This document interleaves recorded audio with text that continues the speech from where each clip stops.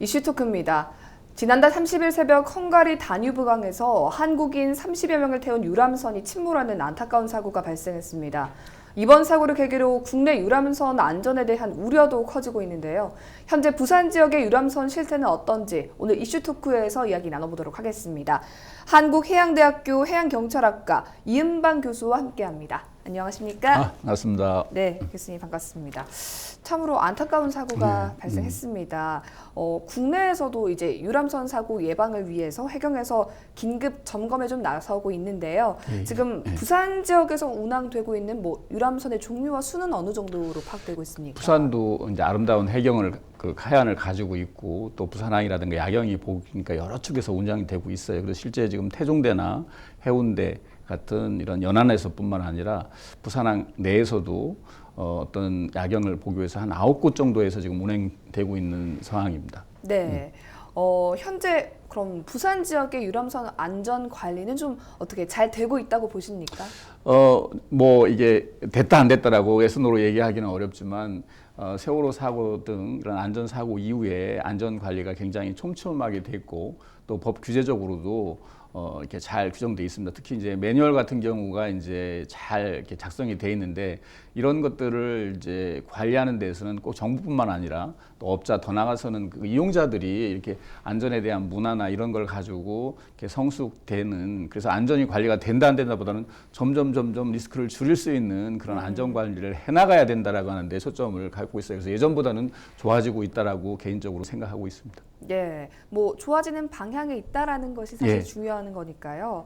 일단 앞서서 말씀하셨듯이 우리나라에서 이제 세월호 참사 이후에 규정이 조금 강화된 부분들이 있습니다. 지금 국내 유람선의 안전 규정은 어떻게 되나요?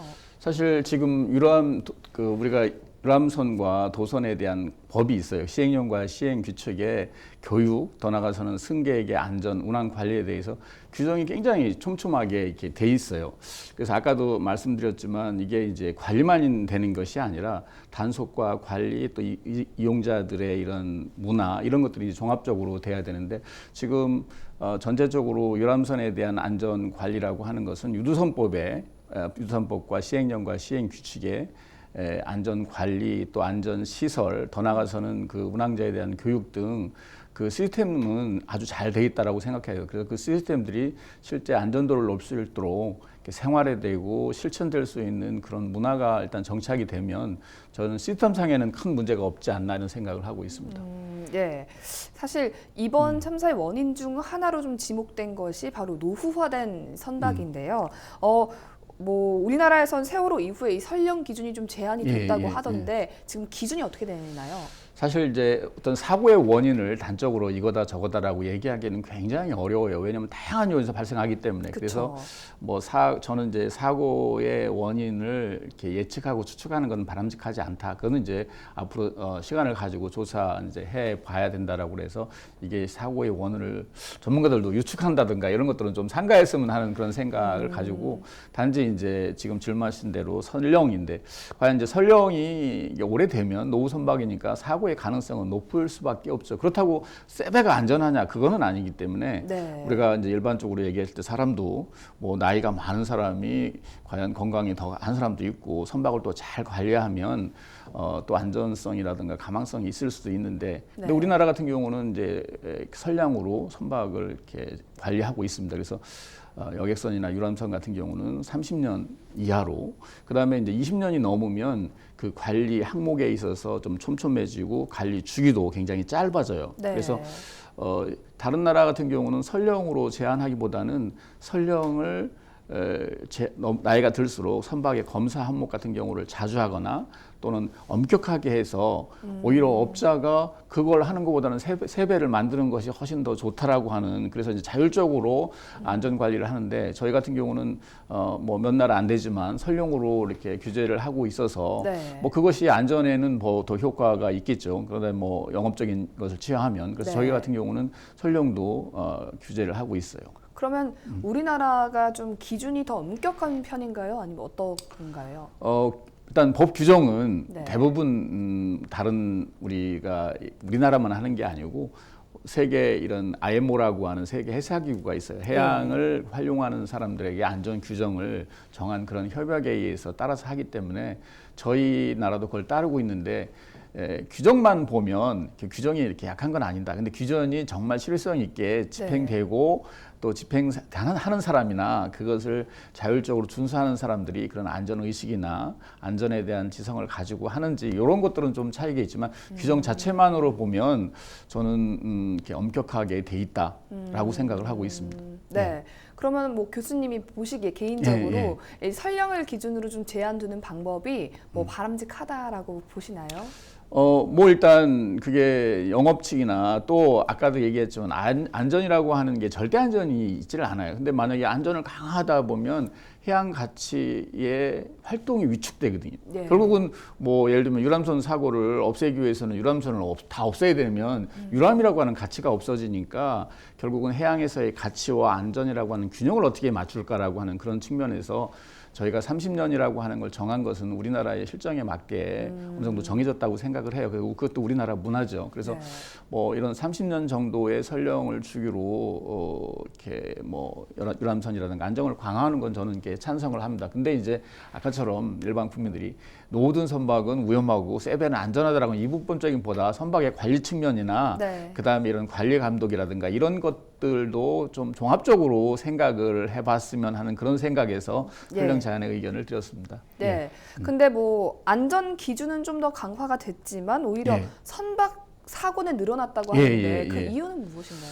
사실 이제 지금 질문하신 것이 이제 결국은 사고의 통계상의 수가 늘어났으니까 결국은 이제 안전 관리가 잘못된 것이냐라고 하는 질문에 의의를 있었는데 이 통계상이 이제 그래요. 일단 결국은 해양에 활동하는 사람이 늘을 수도 있고, 그 다음에 이제 과거에는 이제 사고의 통계에 잡히지 않았던 사실 어떤 통계 당국에 신고되지 않은 이런 것들이 이번 큰 사고를 통해서 어떤 정부의 관심이나 이런 게 높아져서 통계가 늘어날 수도 있고 그래서 그 사고의 통계가 우리나라의 해양 안전도가 위험해졌다 이렇게 단적으로는 얘기는 할 수 없지만 결국은 이제 이런 사고를 어떻게 저감할 것인가 이죠. 그래서 이런 해양 사고가 늘어나고 있다라고 하는 것은 바람직한 현상은 아니기 때문에 이유가 어떻든 그런 사고들을 줄일 수 있는 해양 사고의 저감을 되칠 수 있는 그런 활동들을 정부도 하고 있고 또 규정도 하고 있습니다. 그래서 해양을 활동하는 사람들이 그런 위험에 대한 좀 지성을 가지고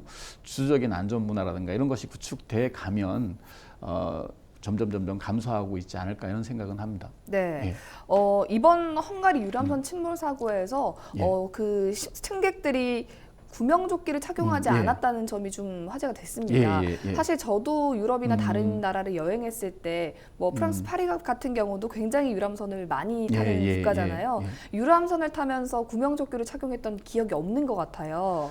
그 해당 선박도 그런 규정이 없었다고 하는데 우리나라의 경우는 어떤가요? 사실 이제 일반 국민들이 좀 혼돈하고 있는 것이 이제 우리가 라이프 자켓을 강제 착용하는 경우가 있어요. 이게 뭐냐면 이제 낚시여선 같은 경우는 우리가 해양에 집중하니까 위험에 노출되니까 그 다음에 또 수상 레저 같은 경우도 활동을 하다 보니까 그 위험에 노출됐으니까 그런 것들은 이제 착용이 강제되지만 이 사람을 선박이 이동하는 나르고 있는 이런 경우에서는 라이프 자켓의 착용을 강제하는 그런 경우는 거의 없어요. 단 비치를 강제하고 또 유사시에 그걸 입을 수 있도록 교육하고 알리고 그런 것이고 또 이런 여객선이나 유람선 같은 경우가 그 라이프 자켓을 착용했다고 해서 안전도가 더 높은 건 아니에요. 예를 들면 피난의 장애물이 될 수도 있으니까 그래서 실제적으로 착용을 착용을 의무하고 있는 것은 거의 없고 단 이제 비치를 하고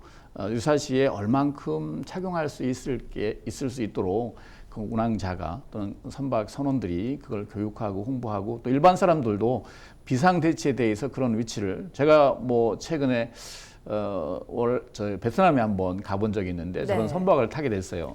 근데 라이프 자켓이 안 보이는 거예요. 아무도. 그래서 제가 거기에 있는데 요구를 했죠. 라이프 자켓이 어디 있느냐.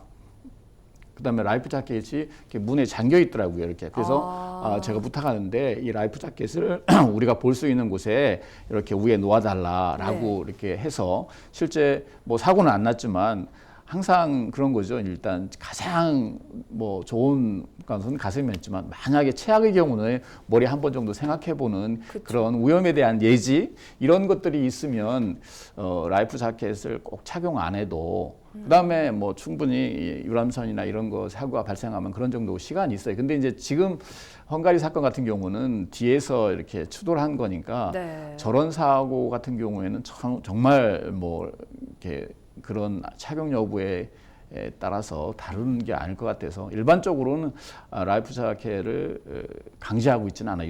유람선이나 여객선 같은 경우는. 네. 예, 예. 일단 기본적으로 그 아까 말씀하셨던 수상 레저나 예, 낚시배 예, 같은 예. 경우는 예. 좀 속도도 빠르고 왜 이제 예. 물에 빠질 수도 있다라는 걸 그렇죠, 가정하고 타기 때문에 안전조끼를 착용하는 거고요. 그렇죠, 이 맞습니다. 유람선 같은 경우는 법으로 강제하고 있지는 않다. 착용을 일단 비치는 감지하고 있습니다. 우리나라 유람선 같은 경우에는 승객의 120% 정도의 그 라이프 자켓을 가지고 있어야 되고 그 중에 20%는 어린용으로 이렇게 비치를 하고 있어요. 근데 이제 네. 착용 의무는 이제 없다라고 하는. 근데 이제 그 선박을 운항하는 선장이나 운항가이가 이게 위험하다라고 하면 안전조치로 착용을 이렇게 하긴 할 수 있어요. 네. 그래서 지금 이제 착용이 의무냐 의무냐라고 하는 것에서는 법으로 의무라고는 하지 않고 있습니다.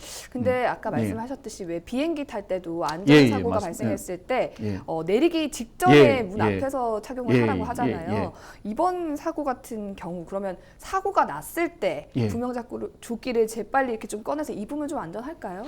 근데 이제 저도 매스컴에 들은 것이지만 그것이 추도로 7초라고 하는 시간에 이제 침몰해서 또 전복됐다고 하니까 과연 7초라고 하는 걸 예견한 것도 아니고 그렇죠. 승객들이 밖에 관람하고 있는 상태에서 7초라고 하는 생각은 사람이 어떤 행동을 하기에는 굉장히 짧은 시간이죠. 근데 일반적으로 이제 우리 부산에서 운항하고 있는 유람선들 보면 뭐 저렇게 추돌이나 이런 것이 아닐 경우 같은 경우는 라이프 자켓을 입을 정도의 어떤 그런 정도가 이제 있다라고 생각을 하죠. 그래서 이제 아주 시간이 짧은 것 같은 경우는 그런 것이 없으니까 이제 그래서 그런 건 좀 문제가 있을 수 있어요. 아까도 말씀드렸지만 이제 유람선 같은 경우는 이제 승객으로 우리가 선박을 운항하고 관리하는 사람들이 별도에 있기 때문에 그 사람들한테 이제 안전을 관리할 수 있게 한 거지만 아까 말씀드렸던 수상 레저라든가 이런 것들은 자기가 혼자 해야 되기 때문에 이제 아까 강제를 하는 거고 그래서 그 강제 여부를 조금 이제 오해할 수 있을 것 같아서 착용은 유람선에서는 오히려 아까 말씀하신 것처럼 착용 자체가 대피하는데 장애물이 될 수 있기 때문에 비상시에 바른 시간 내에 착용할 수 있도록 그래서 올바르게 착용하는 방법이나 그다음에 라이프 자켓의 위치나 또 이런 것들을 미리 알아두고 또 영상으로나 이렇게 교육하게 돼 있어요. 근데 그런 할 때 이제 대부분 사람들이 집중하지 않을 수도 있어요. 그래서 이제 만약에 우리가 영화 볼 때도 그렇잖아요. 항상 처음에 보면 대피로 얘기하는데 과연 대피로를 보시는 분이 몇 분 정도 되시는지 그런 것에 대해서는 저는 좀 위험에 대한 예지나 인식, 뭐 위험 감성이나 이런 것들을 좀 높여서 해양 활동을 하면 지금보다 사고를 저감할 수 있을까? 꼭 뭐 유람선 사고뿐만 아니라 해양의 모든 활동들에 그런 사고를 저감할 수 있지 않을까 이런 생각을 하고 있습니다. 네, 그 사실 이 헝가리 사고가 발생한 이날은 좀 천둥번개를 동반한 비바람이 심하게 불었는데도 불구하고 배가 출항을 했단 말이죠. 이렇게 날씨가 굳은데도 좀 배가 출항을 해도 괜찮은지 뭐 우리도 날씨에 대한 규정이 좀 있는 편인가요? 일단 헝가리 경우는 뭐 어떻게 국내기로 규정되어 있는지는 제가 잘 모르지만 이제 우리나라 경우죠. 특히 이제 해상에서의 모든 활동은 이 자연 현상이 굉장히 영향을 많이 받아요. 그렇기 때문에 이제 바람이나 또는 뭐 파도나 이런 것에 대해서 출항에 대한 규제를 하고 있어요. 그래서 어느 정도 바람이 불거나 할 때는 그 출항을 못하게 이제 하죠. 근데 이제 지금처럼 뭐 번개라든가 뭐 이런 우리는 지금 제대되는 것이 바람 세기, 그다음에 파도 높이 이런 것이 어느 일정이 되면 배의 출항을 이렇게 통제하고 있죠. 그래서 유람선 같은 경우는 이렇게 출항할 때 그다음에 이렇게 들어와서 입항할 때 반드시 이제 출입항 신고를 하게 돼 있어요. 예. 그러니까 신고 관련돼서 그 상태가 넘으면 기상청에 넘으면 출항을 이렇게 통지하고 있습니다. 사실은 우리나라 이제 도로교통법을 보면은 예. 요즘 고령 운전자로 인한 예. 사고가 굉장히 많이 나지 예. 않습니까? 예. 사실 선장도 제 생각에 마찬가지일 거라는 생각이 들거든요. 그렇죠, 돌발 그렇죠. 상황이 발생했을 때 혹시 뭐 선장도 그런 나이 규정 같은 것들이 있나요? 사실 이제 선박에는 그 운전 면허보다는 굉장히 더 그 면허라고 하는 걸 따기가 어려워요. 네. 뭐냐면 이제 선박의 크기, 또 그 선장의 경력, 또 유람선 같은 경우에는 승조원의 인원 등 엄격하게 관리가 되고 있고 신체적인, 정신적인 또 나이도 마찬가지입니다. 그래서 네. 그런 것들이 이제 엄격하게 관리되고는 있어요. 근데 이제 아까도 말씀드렸지만 이제 특히 어선 같은 경우에는 이제 특히 연어선이나 이 연안 선박 같은 경우에는 그 운항하는 사람들이 이제 노령화돼서 그렇죠. 그런 것들이 뭐 일부의 원인일 수는 있을 것 같아요. 그래서 그런 분들에 대한 교육, 훈련 네. 또 이런 것에 대한 것도 계속적으로 지도하고 관리하고 감독할 필요는 있다고 생각합니다. 아까 이제 말씀을 하셨듯이 뭐 유람선을 탈 때부터 승객들이 자기가 스스로 좀 안전조끼는 어디 있지 이런 것들을 좀 살펴볼 필요가 있을 것 같은데요. 교수님이 보실 때 안전사고 발생했을 때 대처법에 대해서 좀 말씀해 주시죠. 승조원의 지시나 네. 그다음에 규정에 잘 따라야 된다라고 하는 거. 그다음에 이제 해상에서의 위험이 육상에서는 상당히 다르거든요. 예를 들면 이제 유람선에 만약에 승선할 때 뭐 힐을 신고 탄다든가 물론 뭐 괜찮겠지만 그만큼 운전성이 높아지는 거죠. 그래서 그쵸. 이제 그 유람선이라고 하는 데 되면 미끄럽다든가 선박이 움직인다든가 이제 이런 것들을 이제 생각해서 거기에 맞는 뭐 좀 등산을 갈 때 우리가 슬리퍼 신고 하지는 않잖아요. 그렇죠. 근데 이제 대부분 유람선 같은 경우는 이제 그걸 타고로 오는 게 아니라 관광을 왔다 타다 보니까 그런 경우가 있어요. 그럴 때는 이제 상당한 주의와 주심을 하고 육상보다는 이렇게 미끄럽고 또 선박이 움직이고 뭐 이런 거니까 그런 것에 대한 자기 안전 관리라든가 이런 것들은 좀 이렇게 책임지고 그다음에 아까 얘기한 규칙이나 승조원의 지시, 그다음에 하지 말아야 될 사항들 이런 것들을 잘 지켜가면 점점 우리 그 선박에서의 안전 문화도 좀 개선되지 않을까 그런 생각은 합니다. 마지막으로 이번 이 헝가리 유람선 참사가 이제 국내 그런 사고 예방과 이런 부분에도 여러 가지로 경각심을 좀 주고 있다고 보고 있습니다. 국내에서 운항되는 유람선도 좀 위험에 대한 관심과 대비가 필요할 것으로 보이는데요. 마지막으로 안전사고 예방을 위해서 어떻게 하면 좋은지 한 말씀 부탁드립니다. 사실 모든 해상에서의 안전 규제는 사고 뒤에 됐어요. 그러니까 이 보통 사고가 안 일어나면 그런 것들이 이제 위험들을 모르니까 항상 사고 뒤에는 안전 룰이라든가 규칙이라든가 이런 것들이 강화되고 교육도 강화됐는데 보통 이제 해상 교통은 이제 3라고 그래요. 보통 이게 예방을 줄이려고 하면 하나는 이제 에듀케이션, 교육적인 측면에서 운항자나 아니면 승객이나 또 관리하는 사람들에게 교육을 통해서 이 위험을 대비할 수 있는 에듀케이션. 또 하나는 이제 인포스먼트거든요. 이 단속이라든가 이제 이런 것들을 강화해서 결국은 이제 법은 돼 있는데 그걸 집행하거나 이럴 인력이 충분하지 않으면 도로 같은 경우에는 뭐 경찰이 언제든지 접근하지만 해상 활동 같은 경우는 굉장히 바다가 넓어요. 그렇죠. 우리 거기에 뭐 모든 해양 경찰관을 배치할 수도 있는 것도 아니고 또 이 사고가 난다라고 바로 뭐 119를 보면 몇 분 내에 들어올 수 있는 게 아니에요.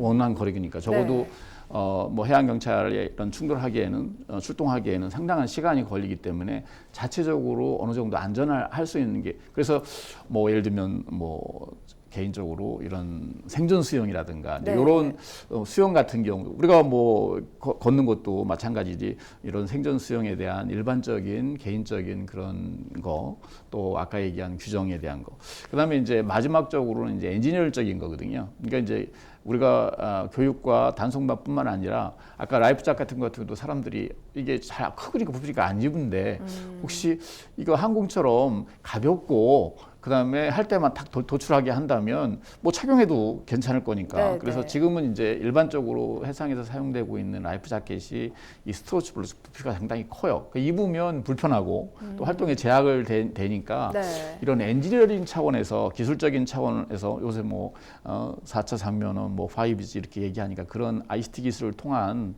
그런 개인 장비나 안전 장비를 좀 더 선진화하고 있는 사람들이 불편하게 할 수 있는 그런 기술적인 그런 것들이 이렇게 컴비네이션 되면 해양 사고를 예방하실 수 있지 않을까. 그래서 저는 해양은 위험하다라고 하는 게 아니라 위험하지만 이런 관리하면 우리 해양의 가치를 향유할 수 있다라고 하는 그런 활동이 이번 사건으로 위축되지 않았으면 하는 그런 바람도 있습니다. 예. 예. 뭐 우선 즐거운 해양 문화를 예. 즐기기 위해서는 승객들 예. 스스로도 좀 예, 더 그렇죠. 대비하고 교육을 해야 된다라는 말씀이 인상 깊었습니다. 오늘 이슈 토크는 여기까지입니다. 말씀 고맙습니다. 예, 고맙습니다.